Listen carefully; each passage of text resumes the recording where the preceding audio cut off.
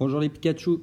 Alors pour entamer cette nouvelle partie sur l'énergie, nous allons faire un point sur les sources, les formes et les conversions d'énergie. Alors les sources d'énergie, qu'est-ce que c'est ? L'énergie, elle est quelque part dans la nature. Et donc ce quelque part, ça s'appelle les sources. Elles sont rangées en deux catégories, les sources non renouvelables et les sources renouvelables. Celles qui sont non renouvelables, c'est qu'elles vont s'épuiser. On va aller les prendre et après, elles disparaissent. Elles ne sont plus disponibles. Donc il y a la source fossile, c'est soit le charbon, soit le pétrole, soit le gaz. Et la source nucléaire, entre autres l'uranium qu'on utilise dans les centrales nucléaires en France. Les sources renouvelables, elles, on va venir puiser l'énergie de la source, mais elles sont inépuisables, c'est-à-dire qu'elles seront encore là. Alors il y a la source solaire, c'est le soleil. La source hydraulique, on va utiliser l'eau. La source éolienne, le vent. La biomasse, ce sont les déchets organiques, typiquement le bois. Et enfin, la source géothermique, on va utiliser la chaleur du sous-sol. Alors, si on fait le point sur ces sources d'énergie, on va compter qu'il y en a déjà 7. Et dans ces 7 sources, on compte 6 formes d'énergie. La seule forme d'énergie qui n'est pas disponible directement, c'est l'énergie électrique. Donc en fait, dans les formes d'énergie, on a l'énergie thermique, qui est due à l'agitation des molécules. On a l'énergie lumineuse, celle qui est contenue dans la lumière. L'énergie chimique, c'est l'énergie des molécules, de la matière, qui est convertie lors des transformations chimiques. Elle, c'est très important. Qui dit transformation chimique dit énergie chimique. On a ensuite l'énergie nucléaire. Attention, c'est vraiment l'énergie du noyau des atomes. N'allez pas mettre l'énergie nucléaire ailleurs. La fameuse énergie électrique, qui est dans le courant électrique. Et enfin, l'énergie mécanique, qui est divisée en 2 types d'énergie. La cinétique, qui est dès lors qu'un objet a une vitesse, un mouvement, il possède de l'énergie cinétique. Mais aussi l'énergie potentielle de position, qui est due au fait qu'un objet est en hauteur. Plus on est haut, plus on a de l'énergie potentielle de position. Alors, ces formes d'énergie, qu'est-ce qu'on va en faire ? On va aller puiser une des formes d'énergie dans la source, et ensuite on va faire soit des transferts, soit des conversions d'énergie. Un transfert d'énergie, c'est quoi ? C'est une seule forme d'énergie qu'on transfère d'un objet à un autre. Typiquement, quand on branche quelque chose sur une prise, le réseau électrique fournit de l'énergie électrique, donc il transfère son énergie électrique à la lampe, par exemple.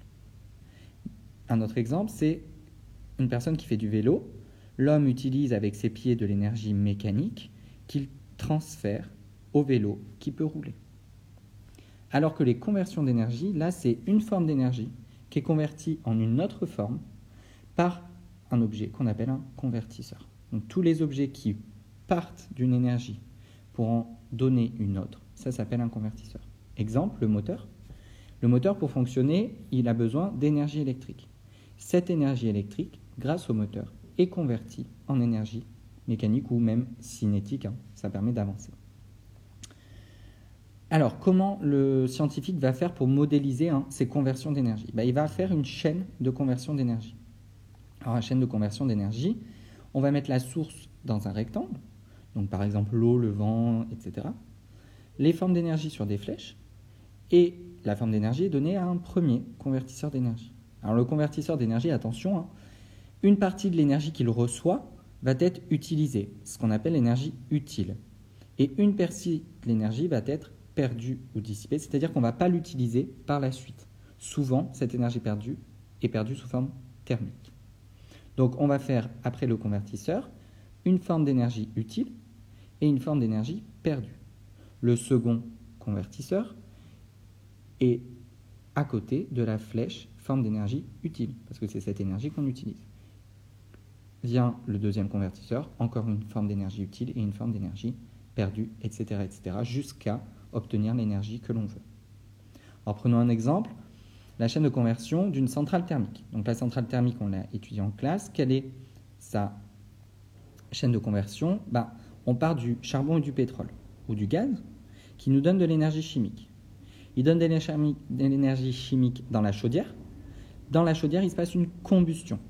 Qui dit combustion dit que l'énergie chimique est transformée et convertie, pour être exact, en énergie thermique, qui est utilisée par le générateur de vapeur Dans le générateur de vapeur, l'eau liquide se transforme en eau vapeur.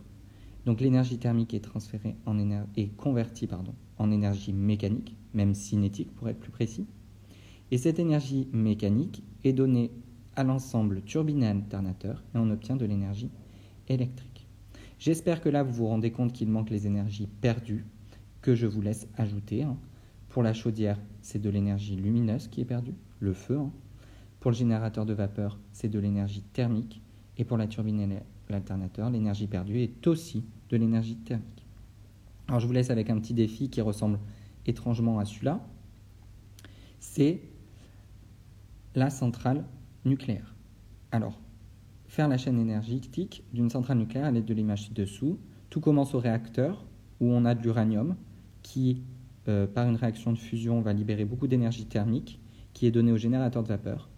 La vapeur va jusqu'à l'ensemble turbine et alternateur. Et enfin, on a de l'énergie électrique qui est distribuée grâce au réseau électrique. Je vous dis bon courage et à bientôt pour une nouvelle vidéo.